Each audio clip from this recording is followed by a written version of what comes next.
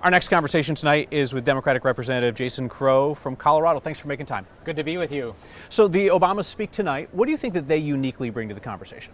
Well, I'm excited to hear the Obamas. I don't know what they're going to talk about. I don't have any inside information. I'm not at that level within the Obama network. But I think what we're going to see here is classic Barack Obama. And what I mean by that is somebody who's a unifier, right? Barack Obama is one of the best unifiers of my generation, certainly. He can bring people together across the political spectrum. I think he's going to talk about how we need to find our way to come together and move forward as a country. The fact that Democrats lined up so quickly behind Kamala Harris's candidacy, does that say something positive or something worrisome about your party? What do you read into that? No, I think it was really positive, right? This was an open and transparent process, right? This is a rules-bound process. Democrats, we follow the rules. We're about rule of law and democracy. So anybody could have at any time stepped up and thrown their hat in the ring, but people knew that Kamala Harris was the leader that could help bring our party together, that would help bring our country together. She was a senator. She's been our vice president for almost 4 years now. She's proven her leadership over and over again. And I think what we've seen in the last 3 weeks is that leadership shine through. And people are excited about her candidacy. They're excited about the vision that she brings to the country, and Democrats are certainly unified in that vision. Certainly Democrats like to talk about her various strengths. What do you think is a known vulnerability that she needs to address with persuadable voters to win? I don't think there's a vulnerability necessarily. I just think we have to make sure that we're getting her message out. Campaigns are about reaching folks who maybe aren't always tuning into politics, right? I see this back home in Aurora and Littleton and Centennial when I'm out, doing town halls, doing business visits. People are busy, right? People are busy raising families, taking kids to sports practices, building businesses, just living their lives, right? And they want leadership. They want folks who can govern. They want folks who can help make their lives better. But they're not spending all their time thinking about living and breathing politics. So it's our responsibility to actually introduce and make sure that we're getting the message out for folks, and we're telling the story of Kamala Harris. So you've been doing that work for those Coloradans for 5 years now. I remember when you came into Congress, certainly that district was more competitive than it is now, and you have a centrist image, said you wouldn't vote for Nancy Pelosi for Speaker.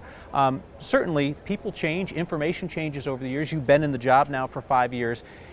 Do you feel like you've shifted ideologically at all, right? 538's analysis kind of puts you at the center of your party, right? Not always with the progressives, not always with the moderate Democrats.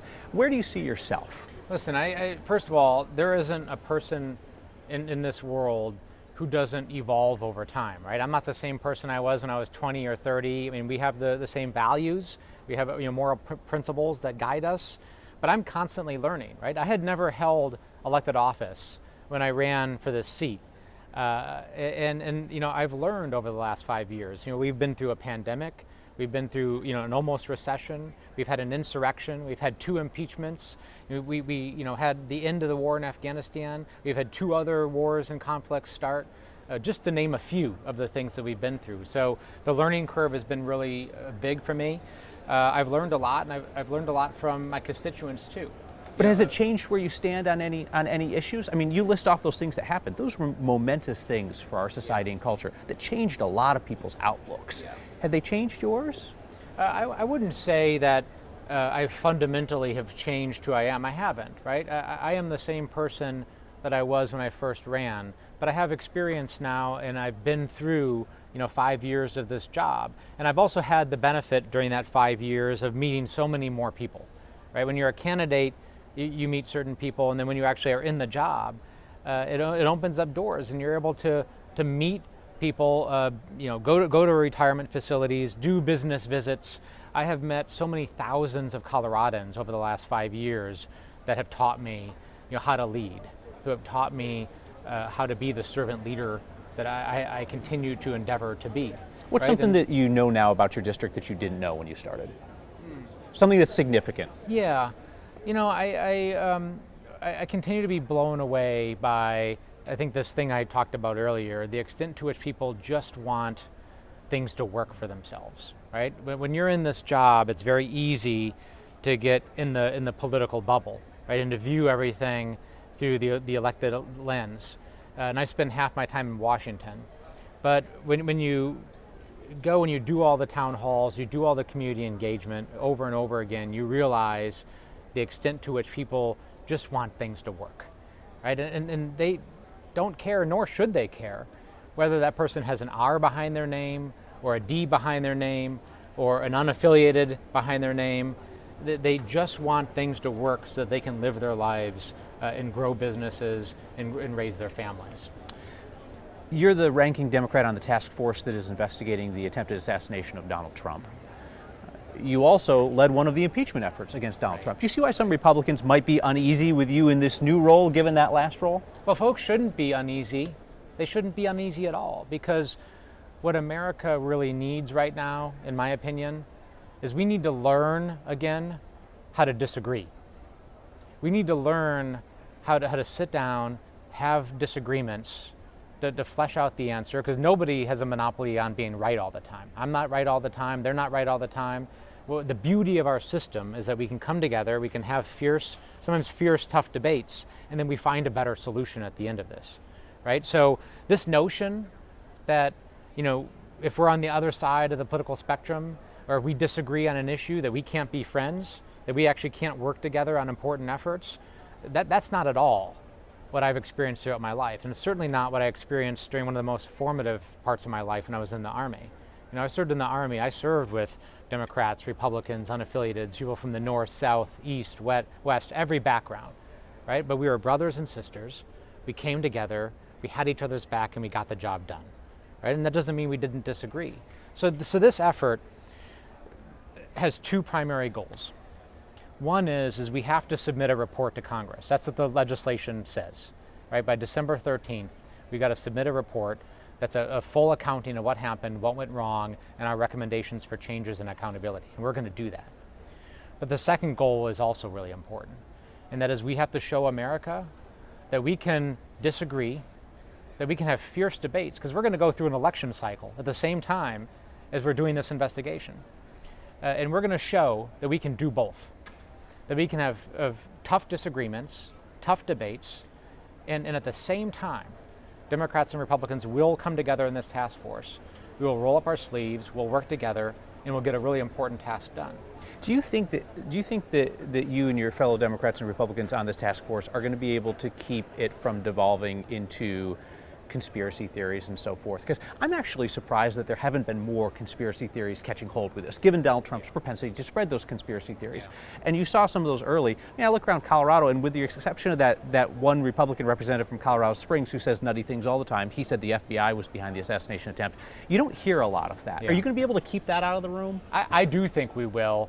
First of all, Mike Kelly, the chairman of the task force, is a friend of mine. He falls in that category of people that I can work with. He's very conservative, right? And he's even a supporter of Donald Trump. But I get along with him. He gets along with me. We have dedicated ourselves to making this work and being bipartisan. And this task force is a group of very serious legislators who are coming to this, I think, with good intention and goodwill. So, we've already set the tone. Mike and I talk all the time, daily, actually, about how we're going to do this and how we're going to keep it on the rails. So I do believe we'll be successful in that.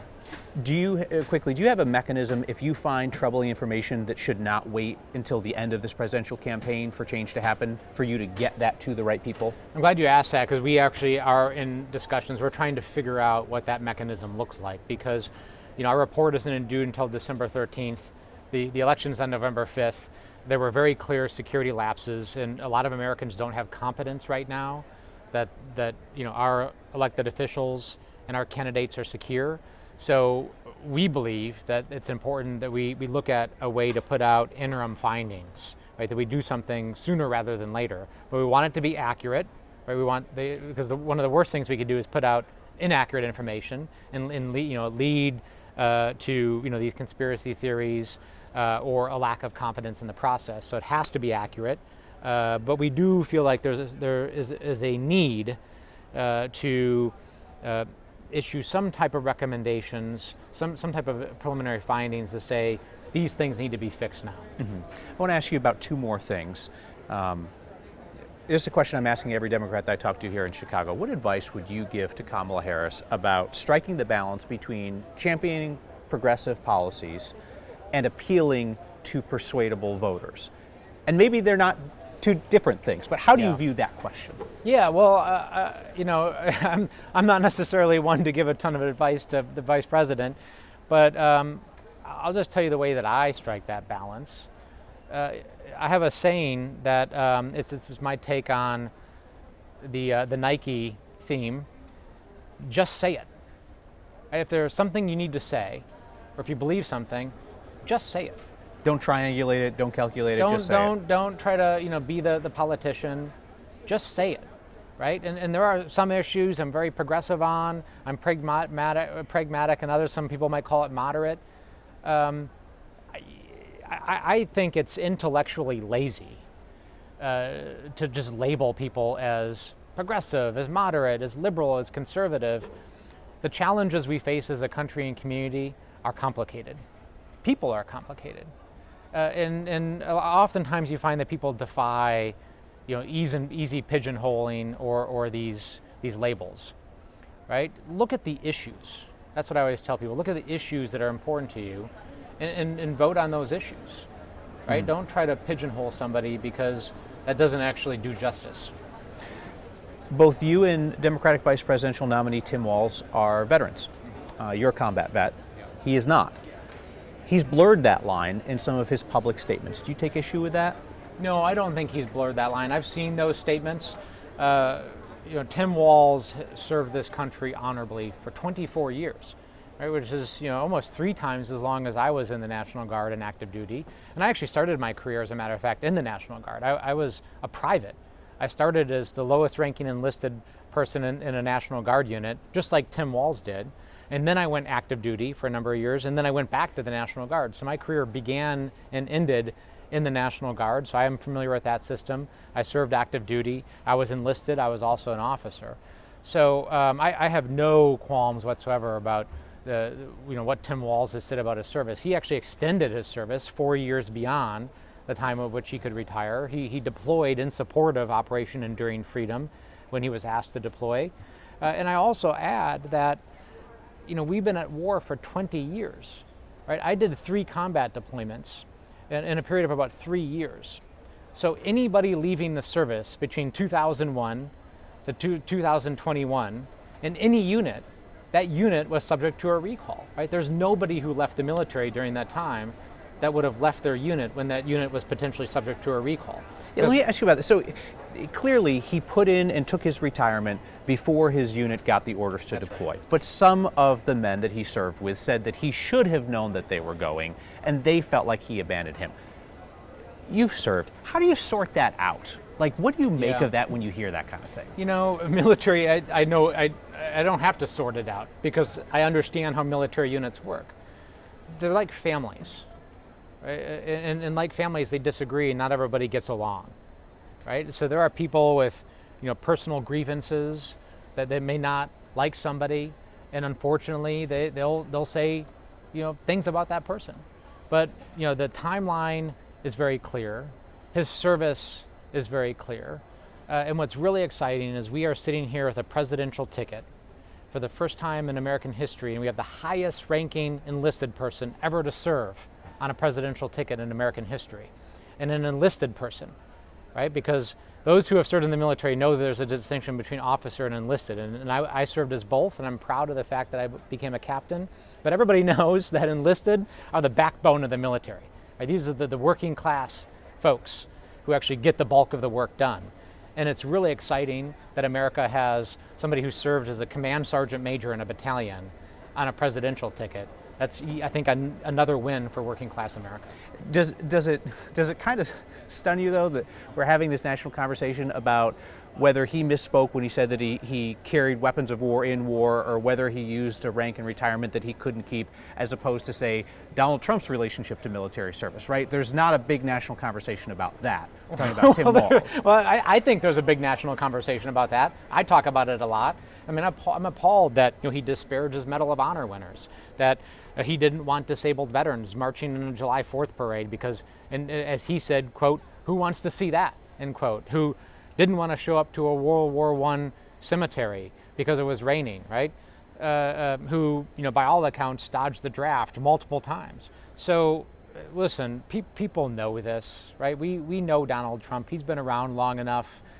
People paying attention to this understand the type of person he is. There's just not even any comparison. Is that why it's not a big conversation? Because it's just kind of baked in. It's kind of baked in with him. Well, I'm going to keep on talking about it, whether it's baked in or not. Right? People need to understand the type of person he is, and there's just they're not even in the same league, right? Somebody like Tim Walz, who served for 24 years as a senior enlisted person, honorably, versus Donald Trump. I mean, you can't even compare the two. Congressman Jason Crow, thank you for your time. I appreciate it. Thank you.